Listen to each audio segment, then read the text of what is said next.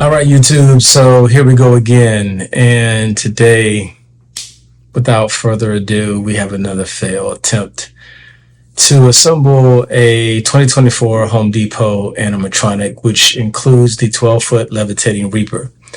Now, the last 3 videos I posted have all been fails.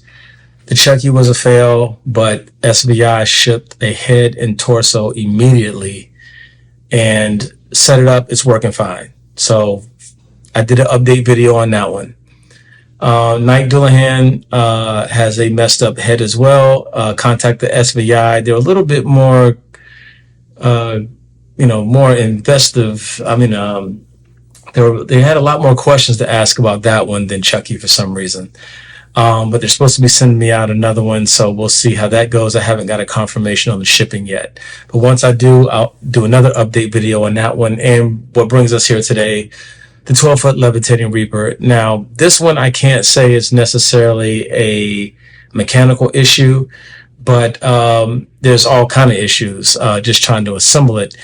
I started the video with the assembly, and you can see in portions of the video where I'm trying to put together the plastic pieces for the actual scythe, the actual sickle, the pieces that look like wood.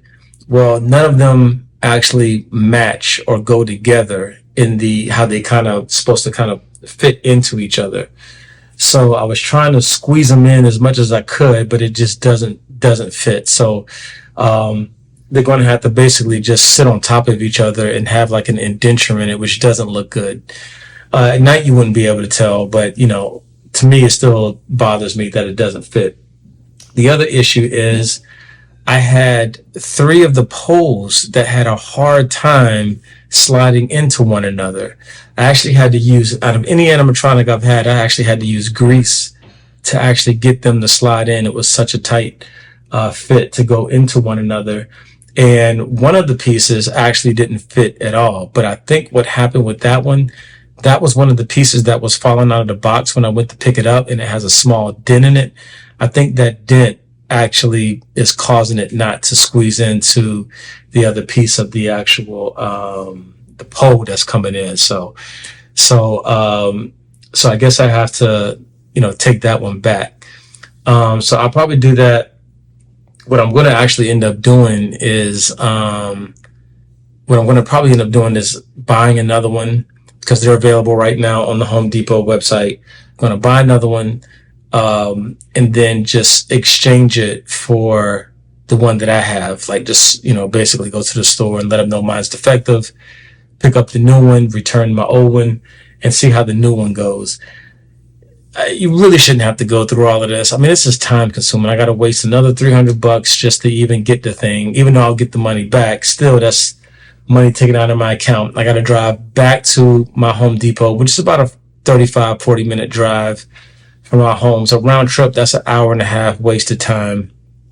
The time I wasted today trying to put this thing together, which was crazy, just sweating in the garage. And then when I try to take it outside, of course, the storm hits as soon as I move it outside.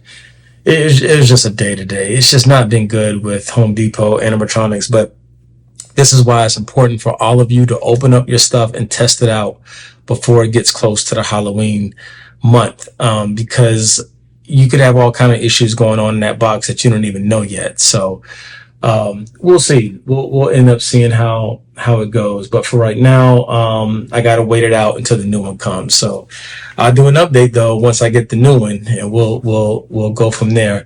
But I also wanted to say this: a lot of people are complaining about putting this thing together. Yes, it's a pain. It's just like the 12-foot witch. Once you do it the first time, you should be good to go, because you don't have to necessarily break it down, to the beginning. But it's still hell to put up that first time. So anyway, guys, hope you guys are doing well. Catch you in the next video. Peace. For watching the first drive.